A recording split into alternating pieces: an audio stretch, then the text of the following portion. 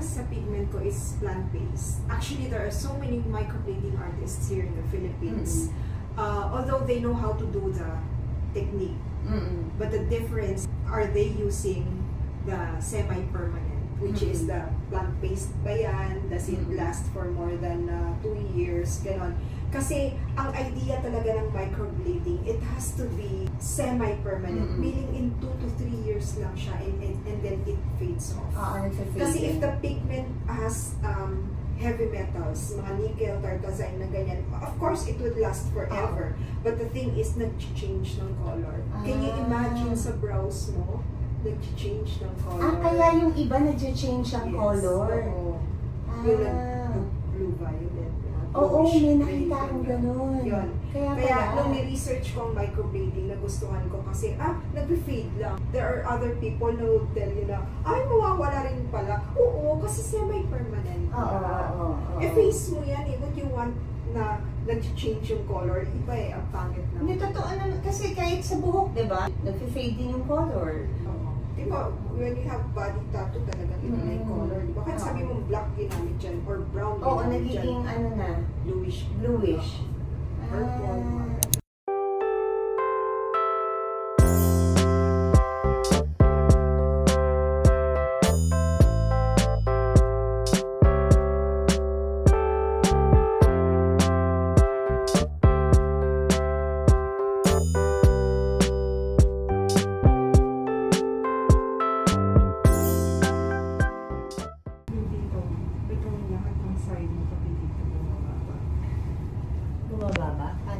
Mas mababa siya compare sa kabila. Lahat tayo ganyan. Hindi lang naman ikaw. Diba may kailangan may linya para pantay. Importante ang symmetry kasi kahit gaano kagaling ka kung nilagyan mo yan ng strokes na pagkaganda-ganda pero hindi yung symmetry mali ka. Yung tamang kapal lang yung gagawin natin. Ang iba alam mo ginagawa, ino-over nila na kahit dito nagdadagdag ng mga ganyan. Magmumukhang fake eh. Ang gusto ko yung pinapasok mo talaga sa hair na hindi mo siya mapapansin. Unless wala ka dito, ikaw meron ka eh. Ang ganda nga ng na parang natural talaga. So pag nasunod mo yung pagka-natural niyan, okay na. Wala talagang makakapansin na gawa ang brows mo.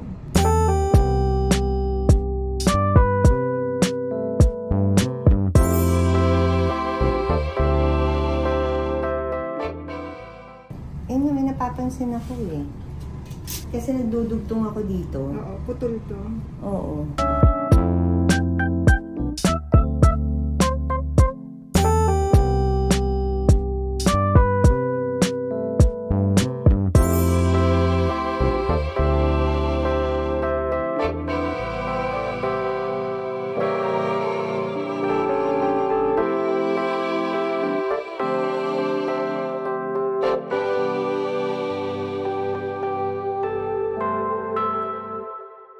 Yan dito. Hindi na siya tumutubo. Dito numipis din. Tsaka yung dulo. Kailangan ko ba? Yung kapal naman ng kilay ko. Pero pag nakikita ka kasi ng ibang tao na iba yung frame kasi meron scars sa area na to. Kasi yung iba, feeling nila, hindi ko kailangan kasi may ilay ako. Kasi minsan sobrang kapal naman, iba yung itsura nila. Kung pwede pa palang magmukhang mas bata. Kasi unang-unang nakikita sa atin is yung mata eh. Pag hindi maganda yung pagka-frame ng kilay, hindi rin.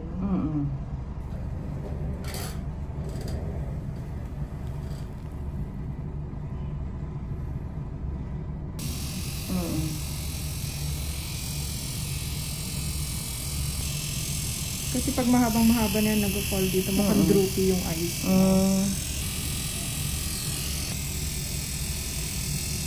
Kahit makapal ang eyebrows mo, ini-enhance pa nila eh. Ng mga makeup artist. Doon ko nakita na makapal talaga yung eyebrows ko. Kasi unlike yung marami nga siya, hindi mo nalilinis dito, pero may patsi-patsi dito. Oo, may patsi-patsi. Diba? Oo. So, lalagyan ko lang muna ng anesthesia itong side na to. 20 minutes and then pag mag-start na ako dito, saka ko lagyan yung kabila kasi nag-wear off lang din ako.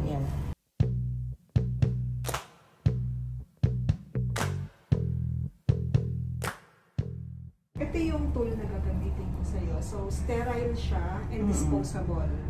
Kasi alam mo, yung cross-contamination, delikado rin. Kahit maingat tayo, di ba? Minsan. So, ino-open ko talaga sa harap ng client yan para makita nila.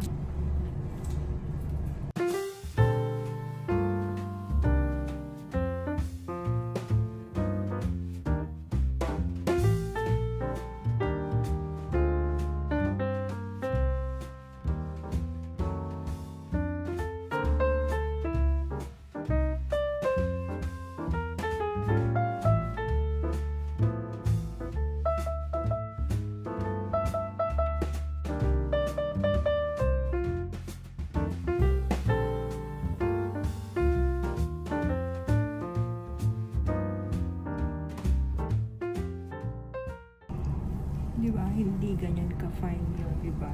Oo. Ay, grabe, parang buhok nga eh. Lalo na pag nagilya, mabe-blend yan. Oo. Dapat ganyan, tinatago mo.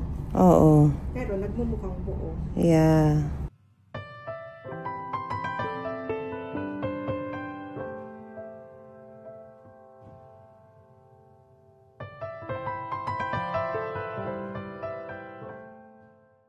A few moments later. Hindi siya pwedeng basain, syempre. Pwede. Pwede na? Yes. Meron akong pang ano sa'yo na pang wash tsaka i-apply mo siya after. So, tingnan mo. Kung ano lang yung, parang sinunod lang yung hair mo. Eh, kagagawa lang. The more na siya mag-natural when it heals. Di ba? Yan yung wala ka dito na kumpleto lang natin. Yeah. Tsaka putol to eh. Hanggang dito ka lang. Ayan, dinagdagan ko. Oo. Yan. Kasi yan lagi ginagawa ng makeup artist. Dinudugtungan Kasi, yan. okay ito. Kinopya ko lang dinagdagan ko yan. Okay. I'm so happy with my eyebrows. Hindi na ako mahirapan umanggulo. Walang angulo. Kasi umaanggulo ko dahil sa kilay ko na may panot. For the first 7 days, ito pang wash mo sa face mo. Here. So, kahit mag full bath ka, last palagi ang face para just in case malagyan ng shampoo or sabon na sa body mo, mawawash mo yan. Kasi it's soap-free, paraben-free. So, for tonight, bago ka matulog, wash, apply ng ointment, and then i-wash ko siya bago matulog. Yes. Apply ng ointment and then cover. Pag winash ko siya, mapde. Hindi naman. Hindi. Lalo na pag yan, kasi soap-free. Ito parang band-aid lang siya. Okay. So, protected siya kasi maaari na yung pillow natin or magasgas sa pillow or makamot natin. Hindi natin alam na may ginawa, tapos magkamot ka. So, protection lang for tonight. Okay. Pero, be sure na nag-apply ka ng ointment bago mo ito itakip sa brows mo. Okay. When you apply ointment, use cotton tips, not your fingertips. Okay.